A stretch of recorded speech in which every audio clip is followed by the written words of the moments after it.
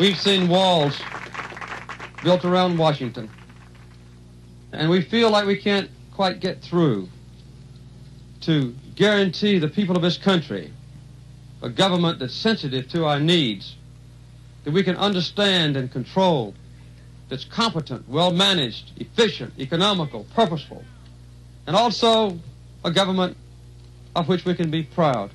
Jimmy Carter, a leader for a change.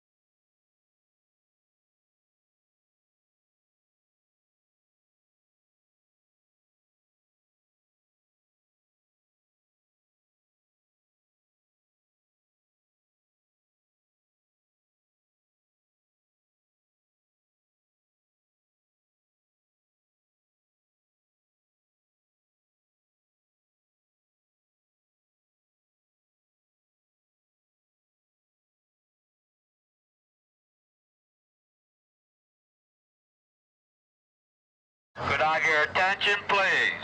There has been a state of emergency declared on 3 Mile Island. That frightening warning greeted many who lived around the 3 Mile Island nuclear plant in the days after the March 28th accident. Thousands left the area to get away from what they couldn't see, touch, or smell. Radiation that could have been released from the plant.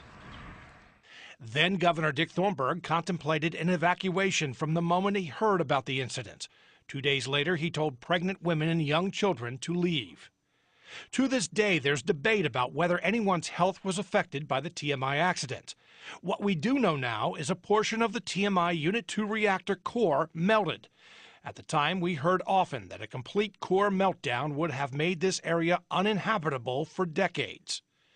It all was set off by an emergency water release valve that opened, failed to close, and wasn't identified or corrected by operators. The nuclear fuel overheated and ruptured metal tubes that led to the partial meltdown. Radiation was released, but the Nuclear Regulatory Commission said it wasn't enough to be dangerous. It took years and cost $1 billion to clean up TMI-2. According to the NRC, the reactor is permanently shut down and defueled, radioactive water decontaminated and evaporated, and some radioactive waste fuel and debris shipped off-site to be stored. The NRC indicates that the TMI accidents resulted in better operator training, upgraded plant designs and equipment requirements, and enhanced emergency preparedness. It's pointed out that if a similar incident occurred at TMI today, 96 sirens would wail throughout the area to warn residents. The legacy of 3 Mile Island. For Smart Talk, I'm Scott Lamar.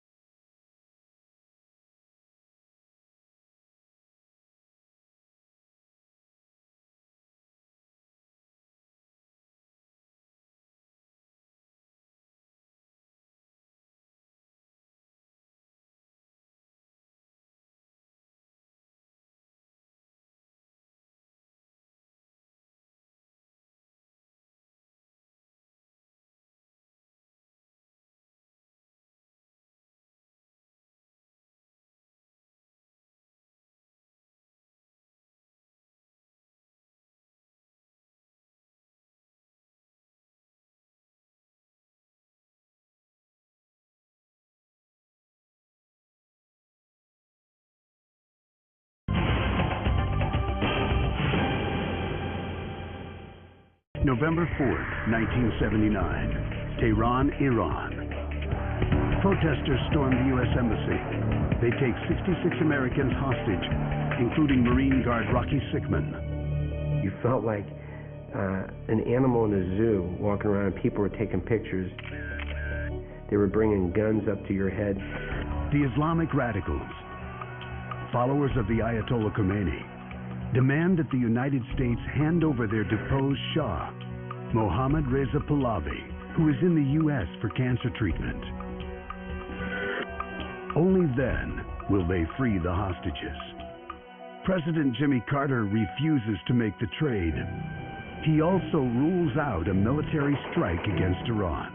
The president wanted to solve this with diplomacy and not with the use of force. He wanted to get every hostage out alive. Within 3 weeks, the Iranians released 13 hostages. 53 remain captive. Secretly, military leaders begin planning for a possible mission to rescue them. They know that autumn would be a perfect time for the U.S. to take action. Nighttime temperatures average 50 degrees Fahrenheit. Dust storm season is still months away. The sands of the Dashti Kavir Desert are calm. In Tehran, the sun sets around 5 p.m. and rises around 6:30 a.m. Troops would have time to maneuver under the cover of darkness and rescue the hostages.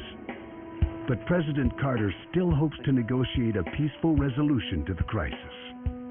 Our response will measure our character and our courage.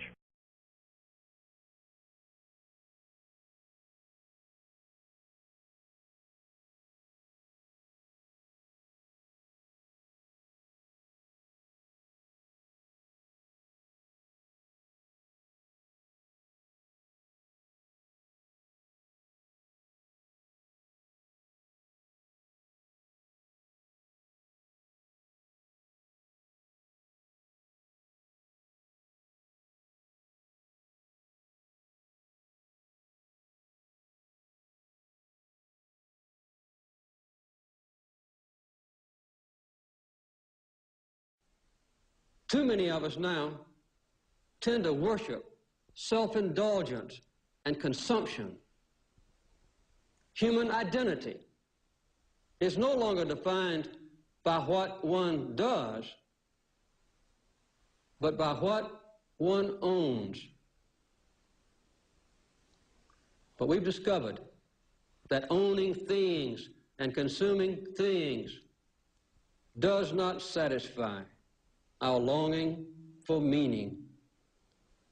We've learned that piling up material goods cannot fill the emptiness of lives which have no confidence or purpose.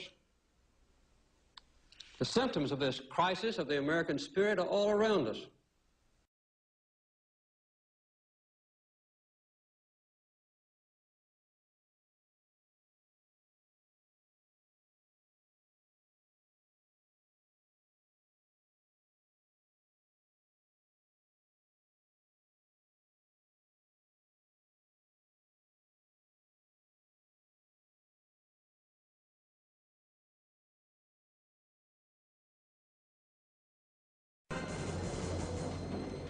On November 19th and 20th, Khomeini released 13 hostages, 5 women and 8 black men, but would not release any others.